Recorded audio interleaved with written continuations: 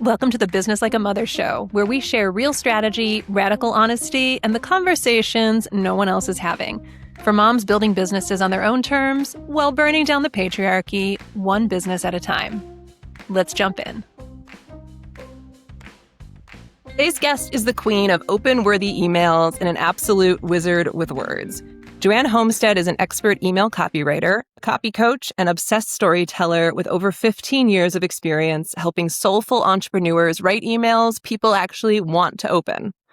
She's a former teacher turned copy coach, a mom of 3, 2 kids and a business, and the creator of the CAKE approach: community, authenticity, creativity, and ethical integrity. And yes, cake is delicious. Joanne teaches people how to write in a way that actually lets their audience see them. And that matters more than any algorithm ever will. Joanne, welcome to Business Like a Mother. Hi, Jen. Thanks for having me here. Yeah. All right. So you talk a lot about authenticity in writing, but authenticity is also like such a buzzword now. So I'd love to hear from you. What does it actually look like when, a mom in business sits down to write an email that is genuinely coming from her, from them? Yeah. Okay. Let's get into the big A word here.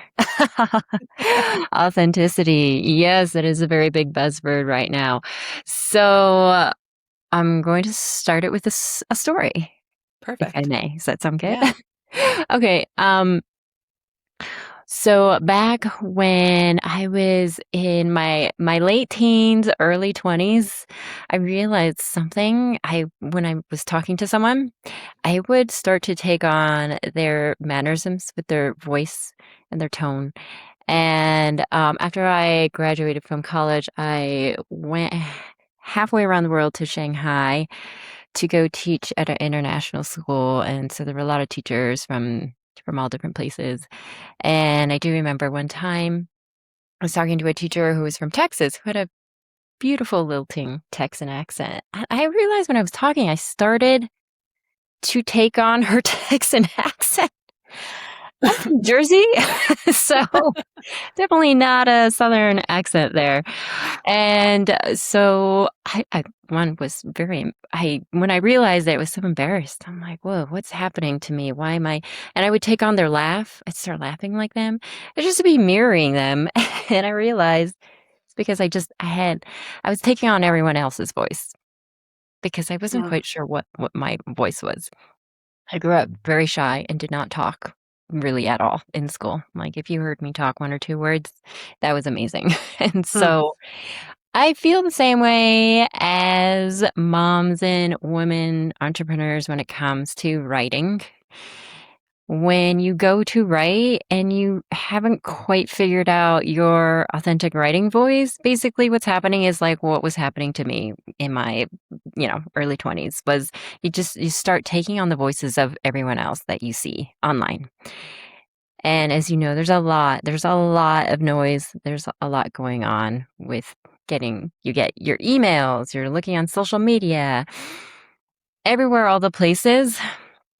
And so, since you haven't quite found your authentic writing voice, you're taking on the writing voice of other people. And it's very easy to do. I mean, it happened to me as when I started my business. Same thing happened when I started writing. I felt like I wasn't quite wearing the right shoes. I was wearing someone else's shoes because I was taking on what I was seeing. And so it really was a process for me too to find my authentic writing voice in there because I felt like I had it when I wasn't writing for my business. But when I started writing for my business, I felt like I have to sound a certain way. For a lot of people, a lot of my clients, it's sounding very academic because they come from academia or from what they learned from school Mm-hmm. or corporate. They sound corporate. Mm-hmm. When you write in corporate, you got to write a certain way. Or they are just thinking so hard about what their audience wants to hear. And then when they start doing that, it just feels like you're not wearing the shoes you want to be wearing. So, Yeah. yeah. So much we could get into there. I know I tell a similar but different story of like wear the damn jeans of when I was auditioning Mhm. a lot. It's like trying to do it the way you think people want you to do it. Mhm. And instead of doing it your own way, instead of doing it in a way that feels like really good and embodied. And when I was living in New York City and auditioning a lot, social media was not what it was today. And I'm so grateful for that because Mhm. I had all the quote unquote competition and things to look at like in the audition room, but I didn't then have to go like see all these clips and stuff on social media all the time too. And I think nowadays you're right, between all the different sales pages that we're bombarded with and ads and emails, it's so easy to either go the direction of like, well, screw it. Like, how can I possibly break through the noise? So I'm not even going to bother. Right. Mhm. Mhm. Or conforming of like, well, this person seems this white dude on Instagram seems to really know what he's doing. And so I'm going to do it. I'm going to do it this way. All right. So, you mentioned living overseas and teaching. You've shifted careers. You've built a business with little kids at home and you've navigated burnout. What part of your story do you think moms most need to hear right now?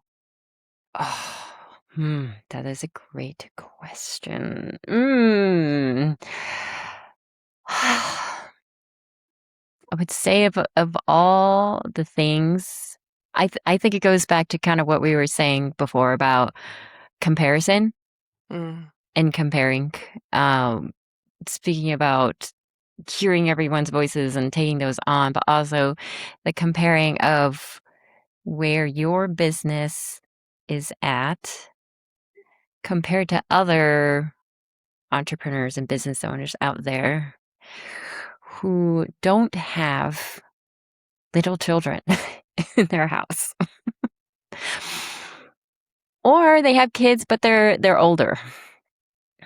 And my kids are still pretty young. So I think for me, that was a big aha moment for me. I've been in business for 5 years now and realizing how I was just beating myself up.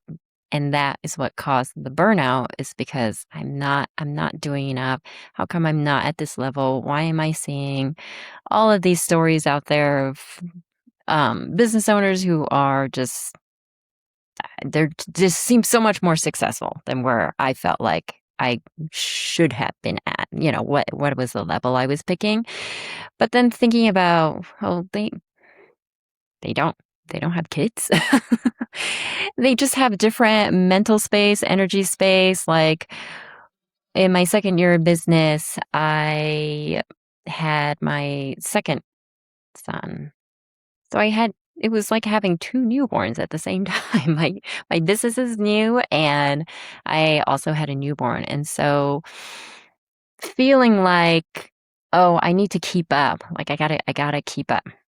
And this is the only way is I have to keep I just have to keep pushing. I have to keep working. I have to keep doing all these things. Which then of course led to major burnout, which is something that I was very used to doing in the 15 years as a teacher. Was I just mm, burn out every year. And so it was just such a normal thing. And I didn't even think that not burning out was an option. I just thought that yeah. that's just part of the game.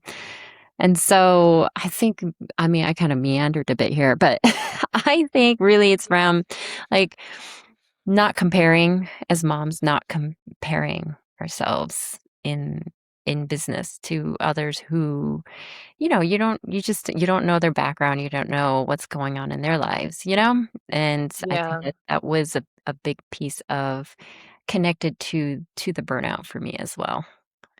Yeah. I think sometimes we're like on chapter 2, but we're comparing ourselves to someone who's on chapter 22. Mhm.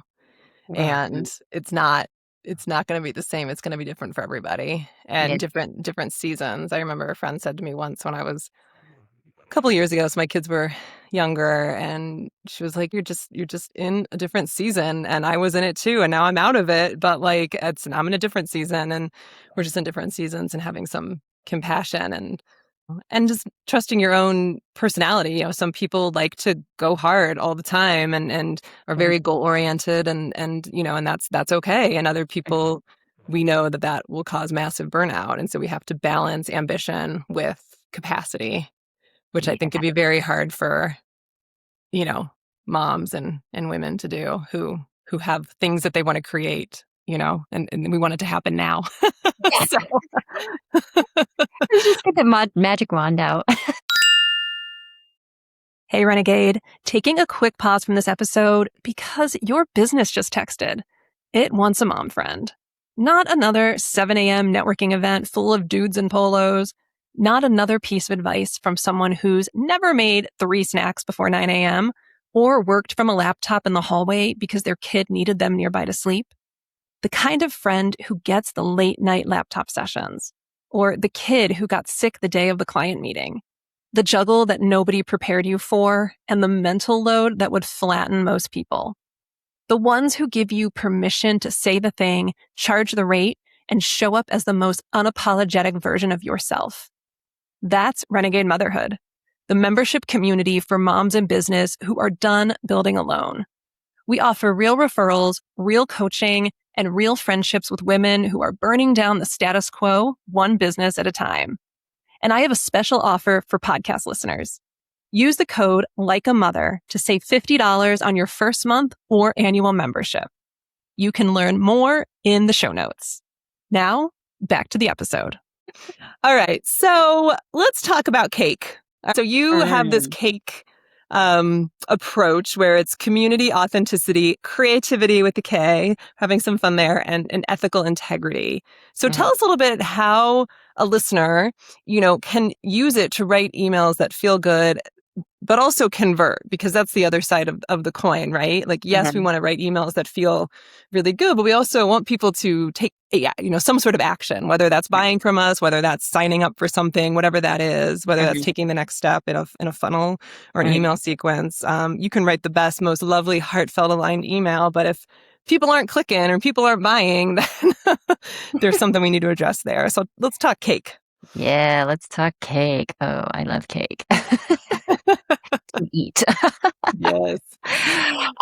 So I think of my cake approach as kind of like the umbrella of what I do. And so if we look at the umbrella of the cake approach, which I like to imagine a 4-layer cake, beautifully, deliciously frosted and has all the different layers of raspberry, chocolate, mousse, whatever you want in there. The 4 layers. The top layer is the community piece.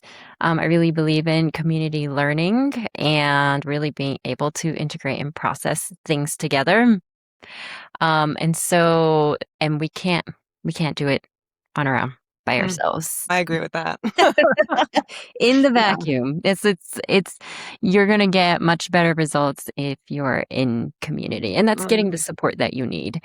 The next layer down is authenticity. We've already talked a bit about this already, but when you start writing from your authentic writing voice, you're going to see a shift in engagement. And I've seen this with my clients, and I've seen it with a lot of entrepreneurs and business owners I've had conversations with, is when they finally say, all right, you know what, I'm going to write the way that I'm going to put myself in there. They see the shift. People start to engage. They start getting curious. They can just feel the difference. They're like, oh yeah, I like what's here, and I'm going to engage with this. So authenticity is the layer that I really love talking about, because I really value it. And it really comes down to like really understanding your values too, your core values, because when you know them, then you can more easily live by them. And then when you write, it's going to come across. Your values will come across. The third layer is creativity with a K. Creative approach to creativity. I love it. It's a creative way to spell creativity. And as a writer and someone who loves, I can eat proofreading for breakfast. Like grammar and all that stuff. Sometimes I look at that K and I'm like, I really want to fix it to a C, but I'm like, no, it's creativity. Let it be. So, yeah. I believe that we are all creative and we are all creatives. I work with a lot of clients who are in like the wellness, private practitioner, well-being coaches, and they will sometimes say like, "Oh, I'm not creative. It's just I do the wellness thing." But I really believe all of us are creative and we are all creatives. And so that piece is really leaning into that fun, like what you're talking about. It's just fun. It's playful. We're gonna play. We're gonna have fun. When you're writing, it's like a playground. You're going to be discovering what works for you, what doesn't work for you, how it feels. It's kind of like the shoes. Like you're trying on different shoes and you're figuring out what's the best shoes for you to wear and what the style is going to be. And you're going to have maybe different shoes for different writing. And so, like I have these green boots that I love wearing, but I'm not going to wear it to the playground with my kids. That's not going to work. So, really figuring out what your shoes are and the style that brings in the creativity. And then the final bottom layer of the cake is ethical integrity. And this is all around how to write and market. I like to put market in quotes because marketing is you're just building relationships. So, how to do it in a way that's ethical with integrity because it is not about manipulating people into taking action. It's not about creating that frenetic urgency. I like to talk about like what is ethical urgency? There is such a thing. How do we do that in an ethical way so that people don't get that like buyer's remorse? Because I don't know about you, but I have had a lot of buyer's remorse because I've been worked up into that frenetic energy that actually isn't serving me. So it's really about how do we create informed buyers and how do we help our clients and customers to own their actions. And same thing in teaching. It's about not about how do I force my students to do this learning and then make them do this thing. It's about how do I guide them from understanding how this is relevant to them, and then how do I help them understand why they want to take this action. So when they go and take it, they're owning it. It's not, oh, the teacher is telling me to do it. It's the same thing in copywriting. How can you get your email community, your audience, whatever you want to call them, to really understand who you are, what you're about, and how do you get them to then own the action versus like forcing them like into it through manipulative copy. So that's the final layer, the ethical integrity. I love that. And I think it's more important now than ever because we are in a 24/7 news cycle, sales cycle, and people start to see it. I think we're also, I mean, I keep hearing this buzzword being thrown out. We're in a trust recession because, yeah, just that because I think people are being sold promises that aren't being fulfilled. Mm, Obviously, there's politics at play in this and stuff as well, right? Everything impacts everything, right? yeah. Um, but you're right. I think everyone has had some experience with buyer's remorse, whether it was buying a pair of shoes online that said would make you run faster and then they fall apart in the first two runs, or a really expensive VIP coaching experience where the person doesn't deliver. And when that happens, it impacts every other coach out there in a way because it's like kind of one bad actor. It tarnishes the rest of the reputation of the other people in that industry. So I love that you have that as a foundation piece of like your values, because we can sell and also be ethical in our sales. They can coexist. Yes, yes, they can coexist. Yes, yes, absolutely, absolutely. And when you're doing it through, and I get all the time people who I don't want to be, and I've struggled with it too. Like I don't want to be salesy. I don't want to this. I don't want to Mhm. bother people. Don't want to follow up because what if I bother people? And I'm always saying if you're coming from a place of sincerity and authenticity, and then you're probably not being obnoxious. You're probably not being forceful, manipulative, right? Right. It's those who maybe don't have the highest values who are doing the other things, right? But we've Yeah. been on the receiving end of that, so we don't want Mhm. to have people experience that from us because Oh, we've received it. totally. Yeah, yeah. Totally. That is a huge I mean, that is a huge part of the way that we market or sell ourselves, that relationship with how we have been marketed Mhm. to or sold to really affects the way that you show up. And so Yeah. I feel like that is part of my 7-step stories framework of releasing mindset blocks because Mm, you got to get in right relationship. One, get in right relationship with your own email inbox because that's going to make yeah, a difference. To get into right relationship of what is it how do you buy, like what is your how do you make your buying decisions, like understanding that's going to help you then be able to write to your email community, to your audience in a way that feels good to you. yeah.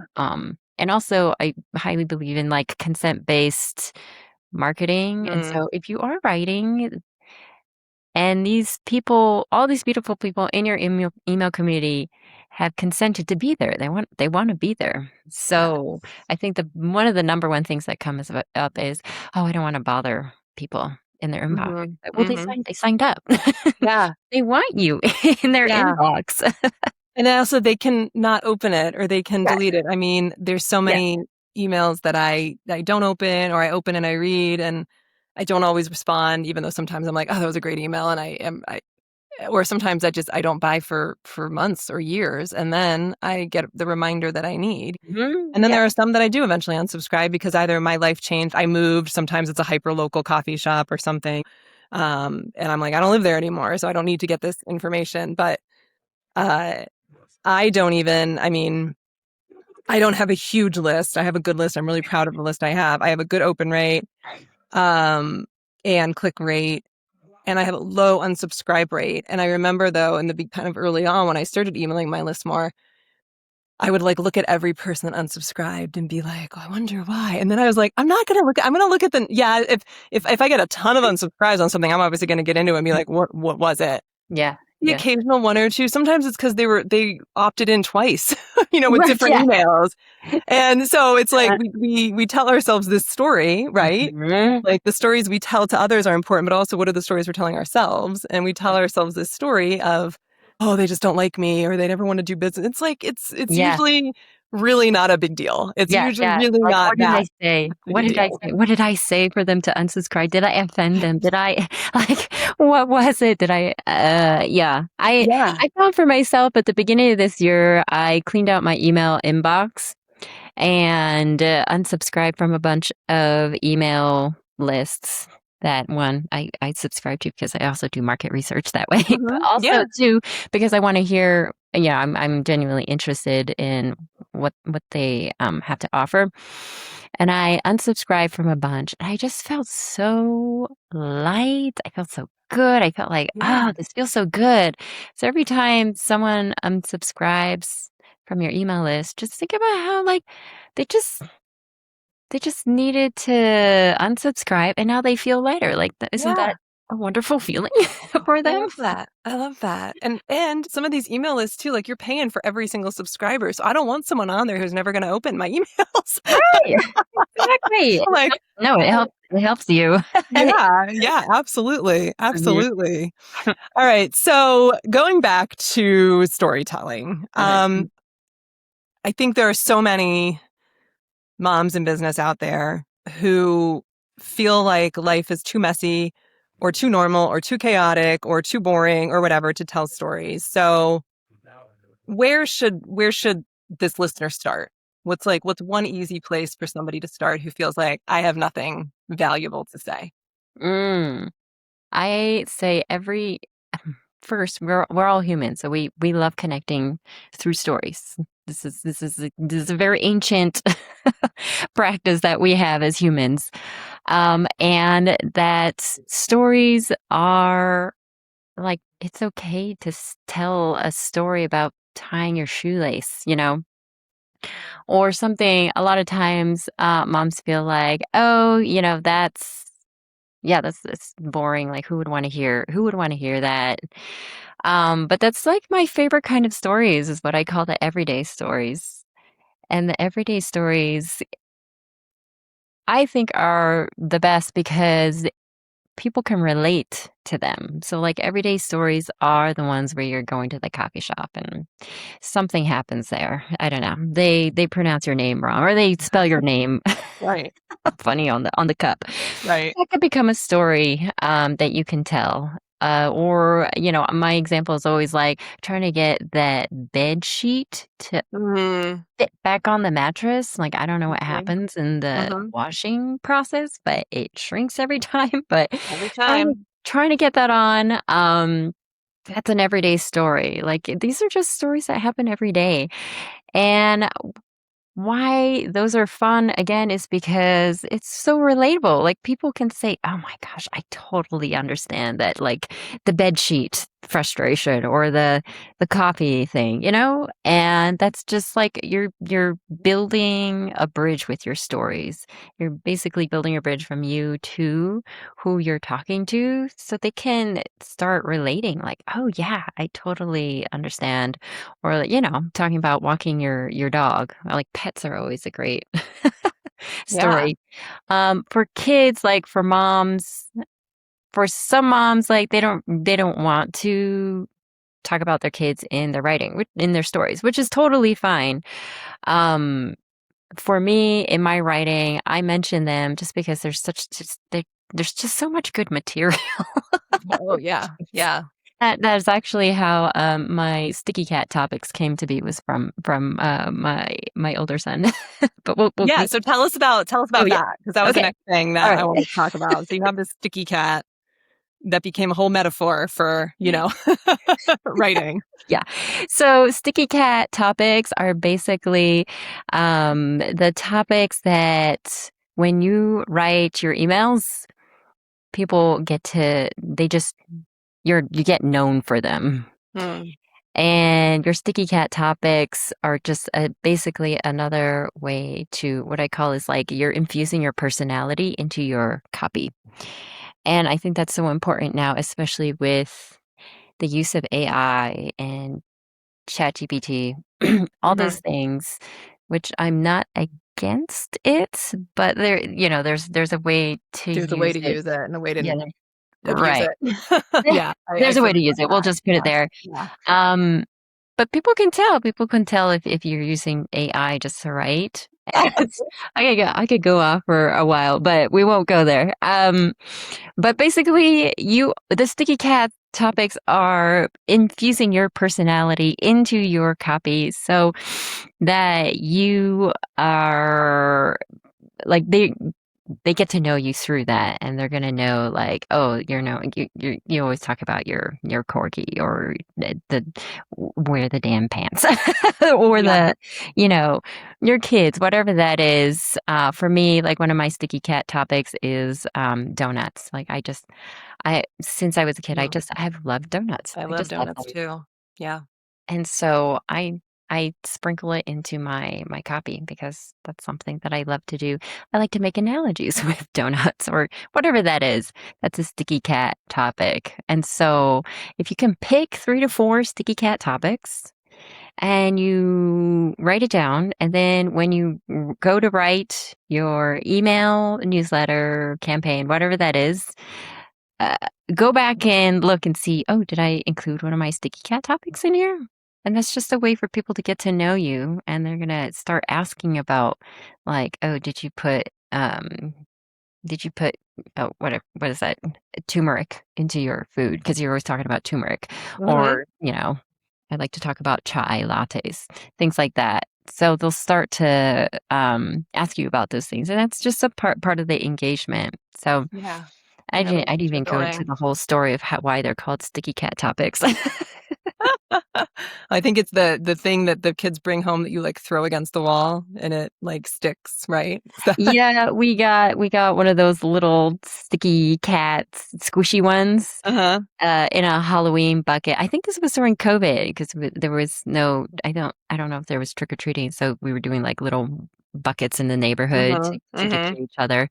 But ours, my son got when he was like 2 years old in his bucket, and he plays with it and then it gets lost, and then suddenly it's like I find it under my toe. Like I'm walking around and I feel something squishy and I'm like, "Oh God, I hope it's not something really disgusting." Yeah. Yeah. And then it's Sticky Cat, and so we say like, "Oh, Sticky Cat is back," and Oh my he'll gosh. reappear like 3 or 4 months later somewhere else.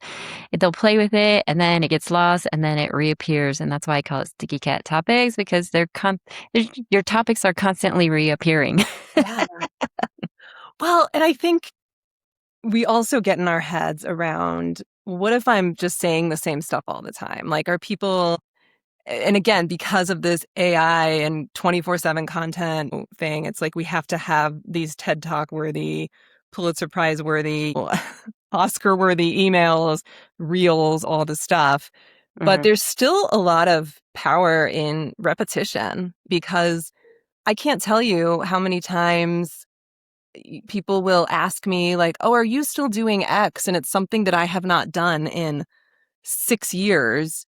And I've been talking about what I am doing now for 6 years or whatever. Mhm. And people still like, oh, I didn't know that. And I'm like literally like, like, I don't, so people are so inundated by information all the time that Mhm. we assume, oh, if I posted about this once, then I can't post about it again because people already saw it. But people need the reminders and they need to get to know you. And it's like, we have relationships with friends who we've known. Like my best friend I met in 6th grade. So we've known each other now for over like 30 years. And there's so much that like one of the things I love about her is I know her quirks and I know what it makes her funny and interesting to me. And so I love that when I have a conversation with her or see her. It's like I Yeah. want that. I want that from Yeah. her. I'm not like, can you please change? Like, can you like no, like that's what I love. Yeah. But I think we often feel like we just have to keep showing up as somebody like new and fresh and different. And it's like we don't. We really Yeah. don't, Yeah. and so Right. that's I think a Also lot of part of the people get really stuck consumerism. there. I think that's also part of the our consumerist society of Mhm. like Yeah. needing everything new. I Right. okay, I have a couple things to say to that. One is the Japanese art of what's it called? Kitsuguri? Okay, just butchered that. But it's where when something breaks, you fix it back Mhm. together and you use gold. And that's also a piece of like when we break something, we don't have to buy something new, and we can honor the flaws that we have in there. Sorry. Okay. I don't know why that came out. It was about consumerism. And the two was repeat, like feeling it like you're repeating yourself. That definitely comes up a lot. Like I've said that. I've said that so many times, but it's like what I love about storytelling and stories is that you can say the same thing over and over again, but you get to use a different story every time, and that Yeah. goes into the creativity piece, and Yeah. Absolutely. All right. So much more we could get into, but to wrap things up, I would love to hear from you. What does doing business like a mother mean to you right now in this moment and season of your life and business journey? my kids have been calling me Mrs. Moneymaker for the last several months, I would say. I mean, maybe it's been like half a year. Time is weird and warping, but I think that's a big piece of it for me. I think there's a big for me as a mom in business, there's a lot of personal growth involved, and I've Mhm. learned so much about myself through the process. And I think a big piece of that for me is the money piece of business. For me, I can talk all day about impact and wanting to make an impact. But for me, like owning like, yeah, I am Mrs. Moneymaker in our house. And I can I can show my kids what that's like. Like, what does that mean to be the moneymaker in our home through a business?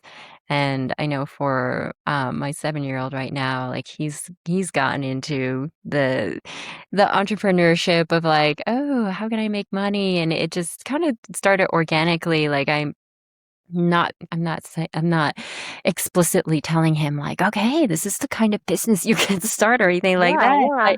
yeah. But he realized he was getting really good at drawing and drawing Star Wars because everything's about Star Wars. And so he asked me one day, he said, um, I can teach you how to draw, the Star Destroyer or the X-Wing or whatever the Star Wars thing is. And I said, "Oh yeah, I don't know how to draw those things. That'd be great." And then he just suddenly got it in his head. He's like, "And that you can pay me $1 for." And he kind of looked at me like, "Is she is she She gonna gonna take go for this? that? Is she gonna take that?" Oh my God, I And love I it. was like, "Oh, yeah, that's great. I love that." Like, "Yeah, I could totally pay $1." To and so we've been doing this for months now, and he's leveled up. He's up to, like, $4.75, but he keeps adding more to it because he knows that, okay, I Yeah, yeah. to get mom to keep taking these tutoring lessons with me. Oh my gosh, I It's love always it. evolving. So, yeah, I think it's just fun for me just personally, but then also, like, seeing it for my kids too. All right, that does it for this episode of Business Like a Mother. If you are interested in learning more about open-worthy emails, Joanne has a free gift for you. It's a quiz that'll help you pinpoint the exact missing pieces that's keeping you from better email conversions. You can head to the show notes to find out more. Also, if you could take a quick minute to give the show a 5-star rating and a review, that would mean so much to me. Thanks for listening, Renegade. See you next time.